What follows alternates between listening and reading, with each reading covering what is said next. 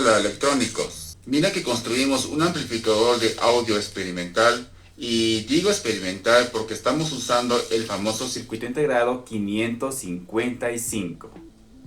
No tiene una gran calidad de audio, pero es asombroso cómo puede llegar a reproducir audio este circuito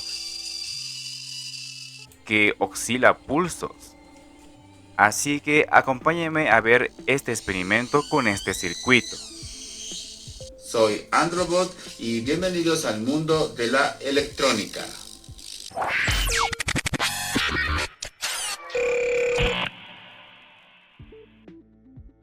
Seguramente ya conocen este circuito integrado. El 555 es el más famoso integrado para generar pulsos cuadrados, mediante una señal analógica conformada por piezas pasivas, osciladores RC para ser exacto.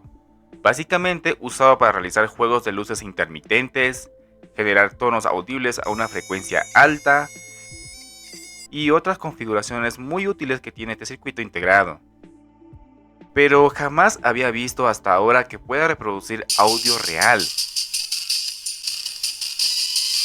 Bastante curioso.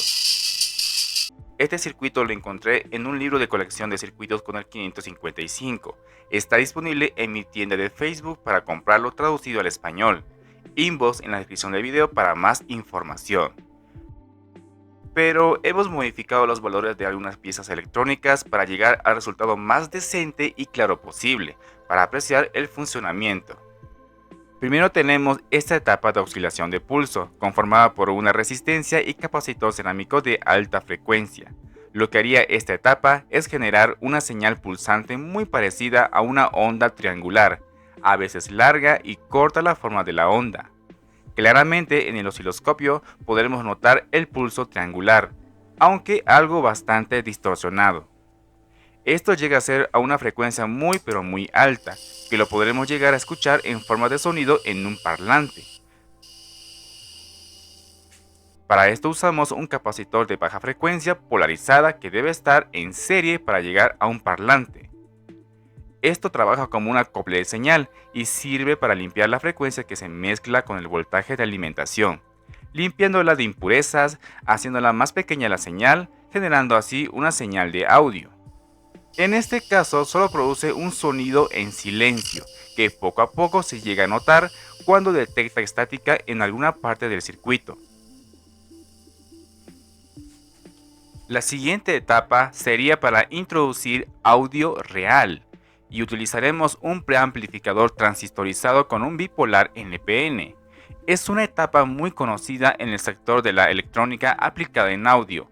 Es un amplificador de clase A y solo llega a amplificar una señal de audio comprimido, provocando una pequeña distorsión, pero ciertamente aún limpia y audible el sonido.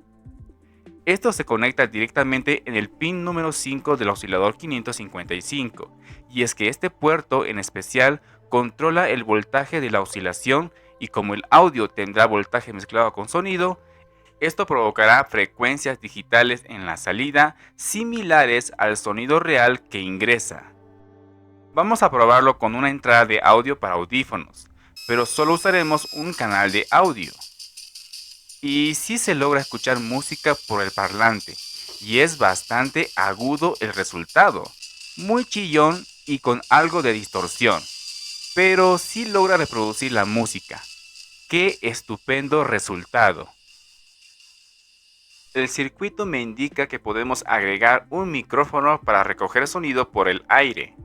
Usaré el más comercial micrófono tipo Electret de condensador, y se lo conecta entre el negativo y la entrada del preamplificador.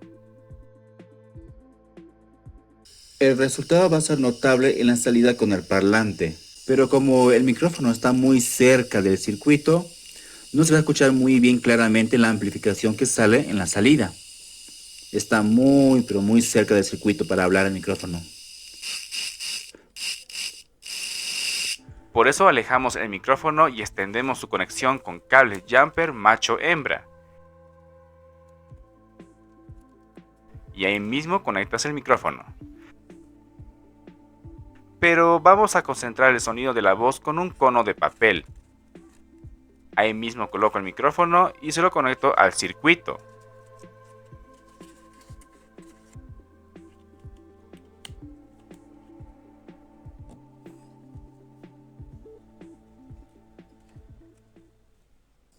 El resultado es muy presenciable. Se logra escuchar la voz en el parlante. Nuevamente lo hace con distorsión, algo chillón y muy agudo. Pero sí logra reproducir y amplificar el audio real, usando este circuito integrado 555.